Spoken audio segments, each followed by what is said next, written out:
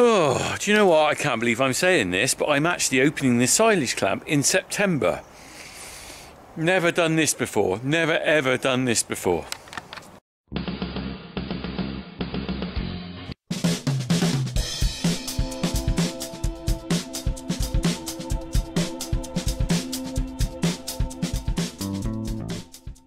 Right. Well, I am going to take these tyres off here and have a look at the clamp. We're going to put the cattle in on it tonight. And this wasn't planned at all. I've never ever opened the clamp in September before. And the reason for that, let me just spin it around. The reason for that is if I look over the bonnet of the tractor, you can just see me zoom right down. We've got some flooding issues. That's not our land. That's next door, so that's Reggie Pierce's. Look, you can actually seagulls down there. I can just make, if I zoom right in, I know it's probably hard to see. You can see seagulls on it, can't you? That's quite a long way. Quite a long way away. That's down the bottom. But I did a video yesterday. If you watched yesterday's video, I was a bit behind in posting that, and I posted that at the beginning of, I filmed that last week, the week before, when I was down checking the cattle, and I said, oh, it's a lovely warm September. Oh, I'm just walking out here. It's pretty warm actually. We're in September. It's a lovely time of year actually. Yeah, lovely warm September day. And then, since then, we've had a hell of a lot of rain. Hell of a crop of rain. Not really a crop. Hell of a lot of rain, and I've got a dilemma now really. The cattle are out in the fields. We have got some grass around, but my main grazing area, really what's left, is down those lower fields. Some of the fields along here haven't recovered that well since May, when we did the silage making. We were late May cutting, and it never really came back that well. We didn't have enough rain in the sort of June, July time. It took absolutely ages to green up, and then we grazed it off and it was just come back too late. There's not much grass there. I think we've just had a very strange season. I held back on the fertiliser a little bit because we had so much grass in the first cut of silage.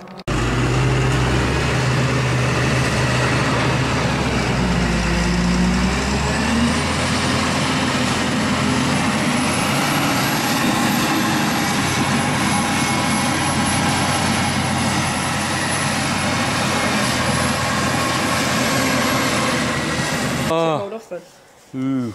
Well, it will sink a lot. Always does. Much so. No, convince me it will sink a lot. Tell me it will. You're trying to make yourself feel better now. Yeah.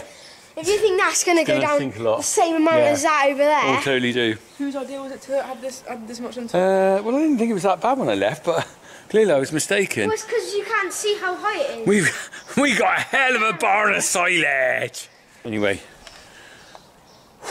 there's a lot of silage in this clamp. More than I've ever seen. You know, there you go. We had a lot of silage, and you can see it up there. We've got more silage than we normally have, partly because we cut it later, but partly because oh, I just spotted a rip there. That's not good. Look at that. That's going to be rot in there. That's a footprint as well. Yeah, we had a lot of silage, partly because we cut it later, but also we had so much rain at the start of the spring that it just caused the grass to keep growing. I mean, normally our silage level is fairly flat across that line there with the top of the thing, so it's not normal to have it that high. So the good thing for me is having this opening this now is that we can feed this now, and I think we're still going to have plenty of silage for the winter. It's funny, isn't it? Nature balances out. It always seems to do this. I've been through quite a lot of seasons in my time on here, and you get a good flush at the start of the year, but it comes back and bites you later in the year, and that's what's happened here, because we're not getting the grass growth we'd normally get. Of course, it'll slow up now. Right, I'm going to get a few of these off. We'll have a look at the clamp the silage when we got it off.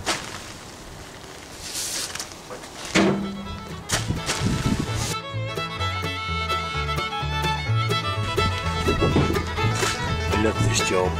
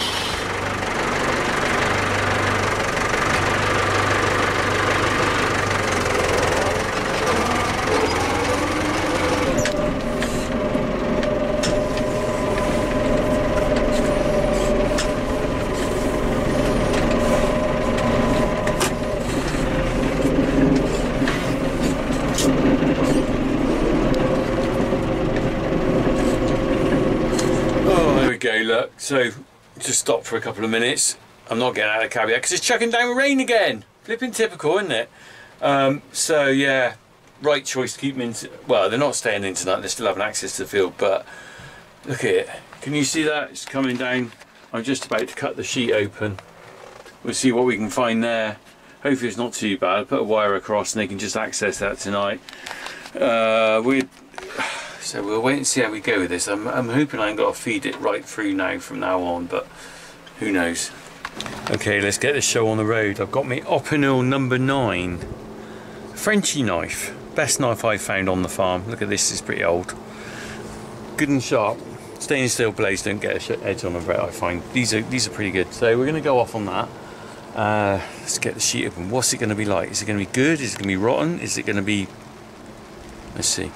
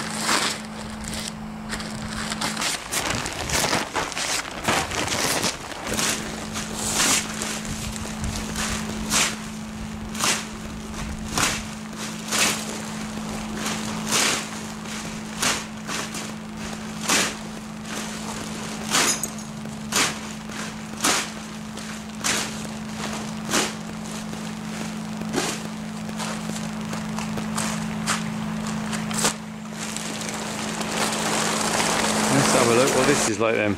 See the rain's coming down now. Right, looks quite dry on the front. I might not need to do a lot to this actually. It's not got any rot on it. I don't think it has. I'm not sure, the smell's not great. Looks quite dry, doesn't it? Look at that. That looks pretty dry to me. Although it's not mouldy. We'll see how they eat that. I'm going to put a wire on the front so they don't go back too quick. Let me just move the rest of this sheet out of the way and then we'll get a closer look.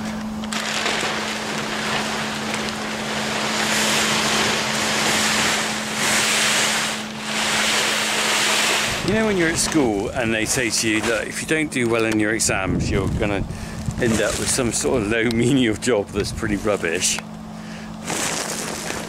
This is the one. This is the one in farming. I did alright in my exams actually, but this is not a great job. I'm going to put stinky silage sheets into this old fert bag for recycling. Disgusting.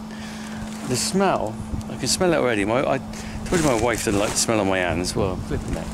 Anyway, right, let's just get packing.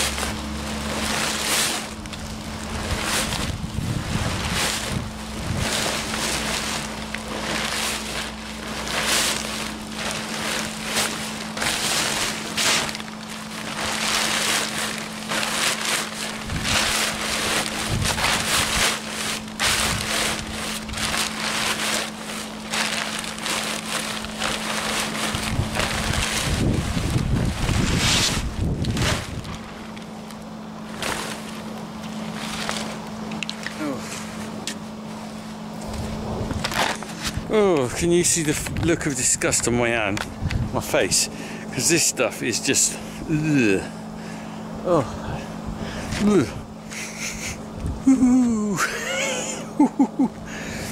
Do well at school, kids. You'll end up a job like this otherwise. Do you know what? If there was ever a farmer's generation game, this should be one of the ones. You get a load of farmers, and you have to. Who can stuff the fert bag first? Who can remember the generation game? You've got to be a certain age to remember that. Right.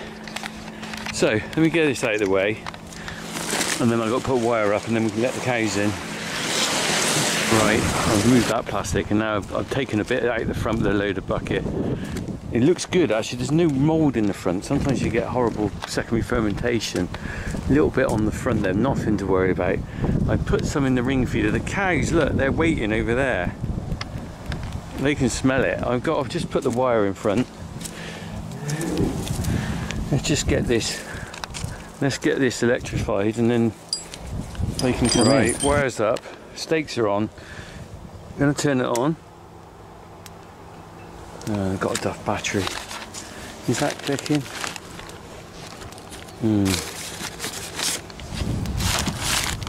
Thought as much. Oh no, it is. There is a green light there. It's just not very clear. Right. So this is wired up, ready to go. I just got to shut the gate, and I'm going to let these in, see how they go. There we are then. First time this clamp's been opened in September in my lifetime. Well, anyone's lifetime, because this clamp wasn't built till about 1979. Right, let's let them in.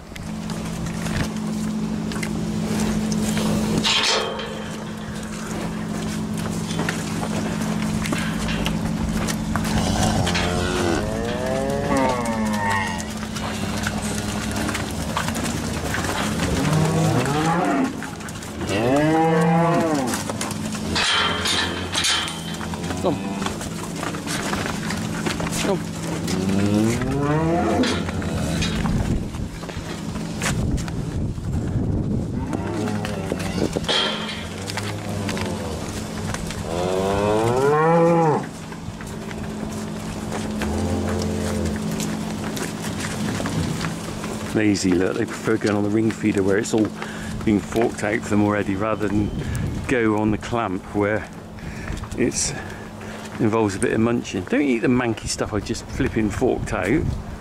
Oh yeah, dumbos, aren't you? Hey, that's a bit of the mank.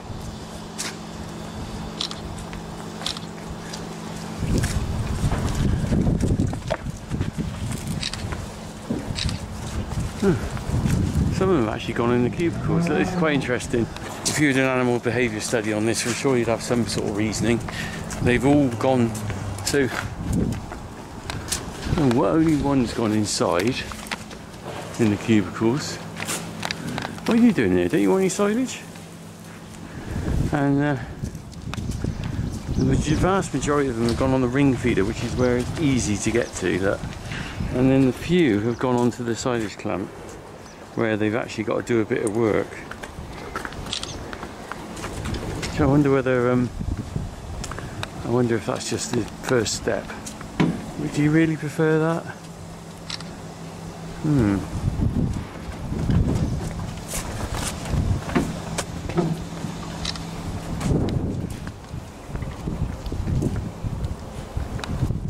There we go then. I thought, you know what we could do? We could just go down and have a look at the grass, because I'd like to see how much grass I've got down there. Find my Land Rover keys. Random stuff in a farmer's pocket. Look, just electric drill bit. Another job I was doing. Yeah, let's go and have a look at the grass. I've got so many pockets with bits and pieces in it. There we go. Land Rover keys. MOT. Did the MOT about March. Still carrying the yellow thing in there. I don't know. Right, let's get down and have a look at the field and see what the grass level's like and what the water level's like as well.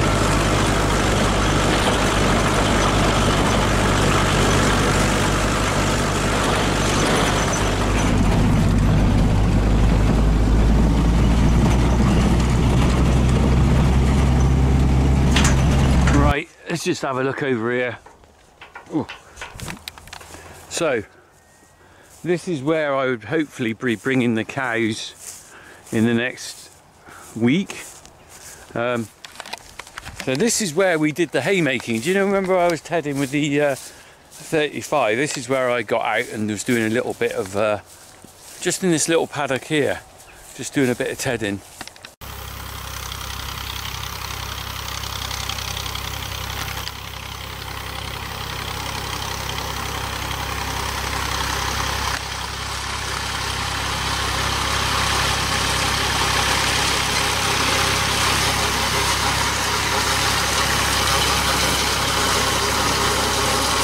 There you go, the deep joy of a man happy in his own little tractor world. I don't think any of you who've got classic tractors know what that means. Right, but it's actually recovered really well. It's come back, it's nice, there's a nice bite of grass here. But already, look.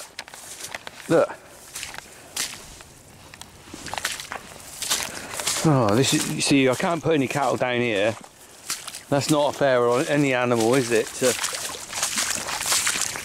Realistically, right, it's deceptive actually. The grass makes it look like, because there's quite a depth of grass here, the grass is making it look like it's not really flooded, but when you actually walk out in it, you can hear my feet, but look below my feet.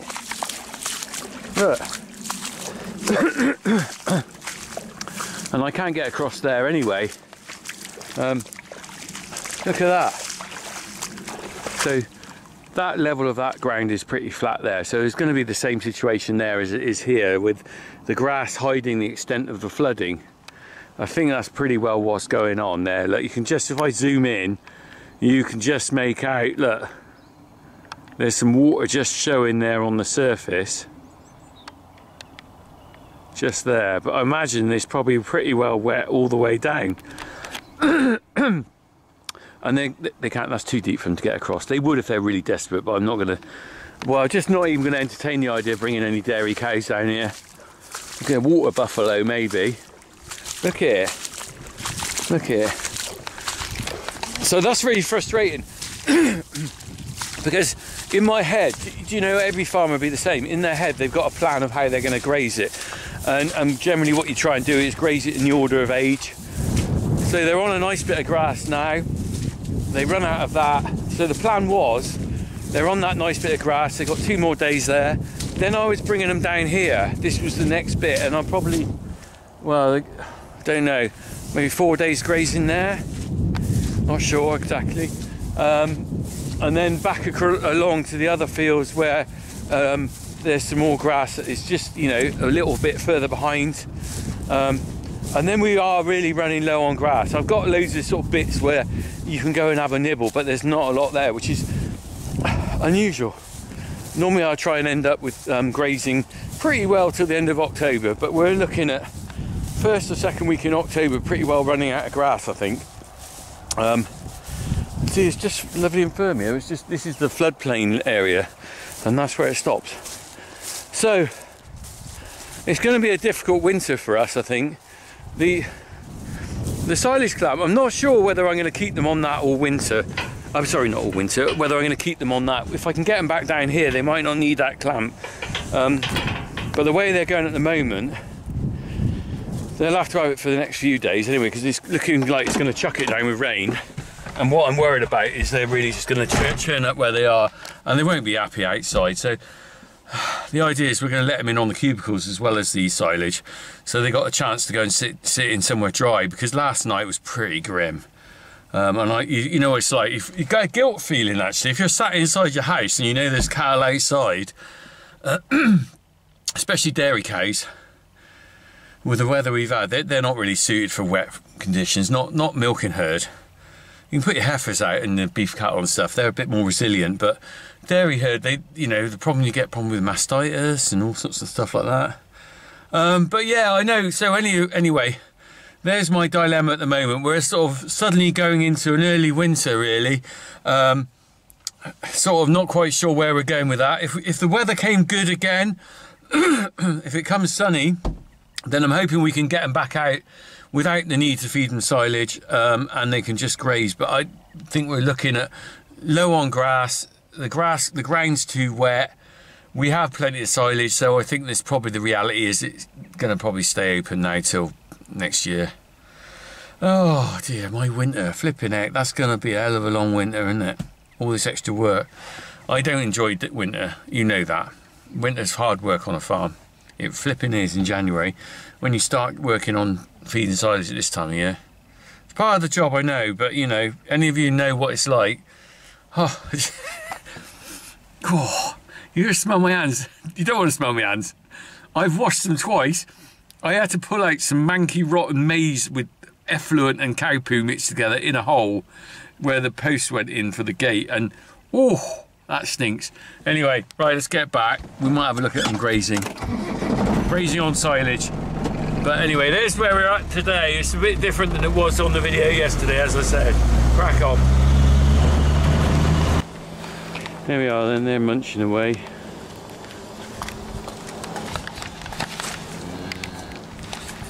They look quite happy, don't they? I think they'll probably be on that most of the evening.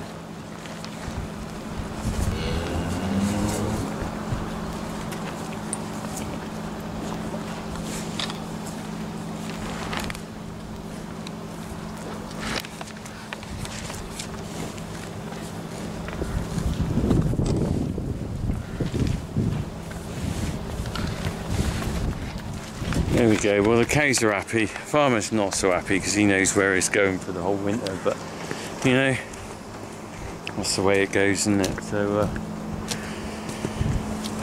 flipping it, what we got? 7-month winter maybe? We had about a 5-month summer, didn't we? It wasn't much of a summer, was it? Right. Let's hope for a better year next year. It's been pretty volatile this year, isn't it? Even the arable boys have struggled on, really, haven't they? Right. As they say in the trade, crack on. Ooh, look out for the Funky Farmer calendar. That's coming out next weekend, I think. Crack on.